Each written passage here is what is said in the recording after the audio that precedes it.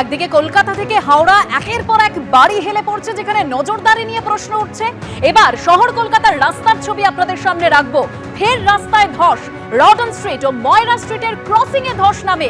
দিন দশেক আগে রাস্তায় ধস নামে, এখনো সেখানে মেরামতির কাজ শুরু হয়নি একেবারে। সে যে গভীর গর্ত তৈরি হয়েছে রাস্তায় ধস নামার ফলে, সেই ছবি আপনাদের সামনে রেখেছি। একদিকে কলকাতার যে শহর কলকাতার অন্যতম ব্যস্ত রাস্তা, সেখানে ধস নেমেছে। আর ভয়ঙ্কর অবস্থা দেখতে পাচ্ছেন, দিনের বেলা লোহার পাত ফেলে রাখা হচ্ছে সেখানে, তার চারপাশ দিয়ে যান চলাচল করছে।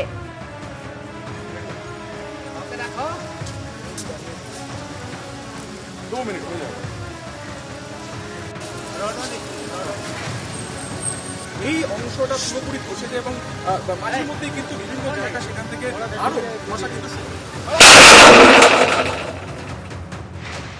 সরাসরি চলে যাবো আমাদের প্রতিনিধি ঐশী মুখোপাধ্যায় রয়েছেন আমাদের সঙ্গে। ঐশী, রাজপথ নিরাপদ নয়, মানে একেবারে লোহার পাত চাপা দিয়ে রাখা হচ্ছে, তার পাশ থেকে যান চলাচল করছে ব্যস্ততম রাস্তায়।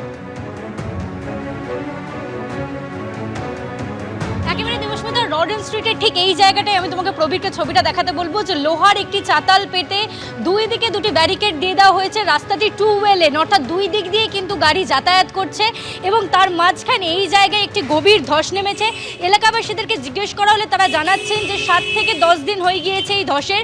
তবে কাউন্সিলরের সঙ্গে যোগাযোগ করা হলে সেই স্থানীয় কাউন্সিলর বলছেন যে না, 3 দিন হয়েছে সবে এই ঘটনাটির, এবং নিকাশি ব্যবস্থার জটিলতায় আটকে ছিল। আমরা অনুমতি পাচ্ছিলাম না, পুলিশের পক্ষ থেকে অনুমতি পাওয়া যাচ্ছিল না।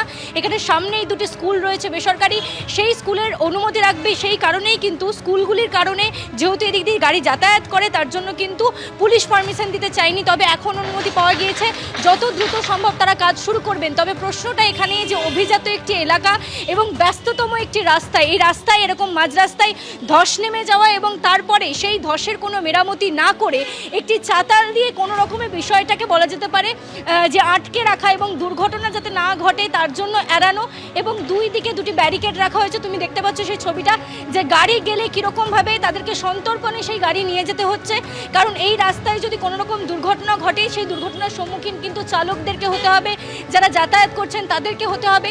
সে কারণেই দেখতে পাচ্ছ যে চাতালের উপর দিয়ে যখন গাড়ি যাচ্ছে সজোরে আওয়াজ হচ্ছে, এবং এই এলাকাটি যেখানে ধসটি নেমেছে সেখানে চাতাল দিয়ে জায়গাটিকে ঢেকে রাখা হয়েছে।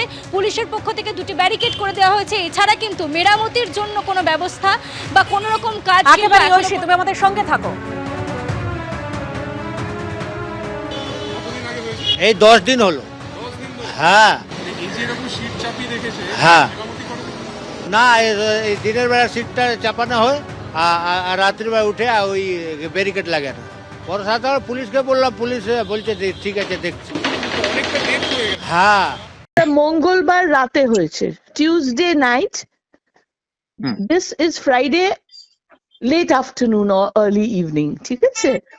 That road is maintained by the drainage department, whose executive is Utpalendu Chakraborty, right? So immediately আমরা Wednesday early morning খবর দিই from my engineering department, the civil engineering department.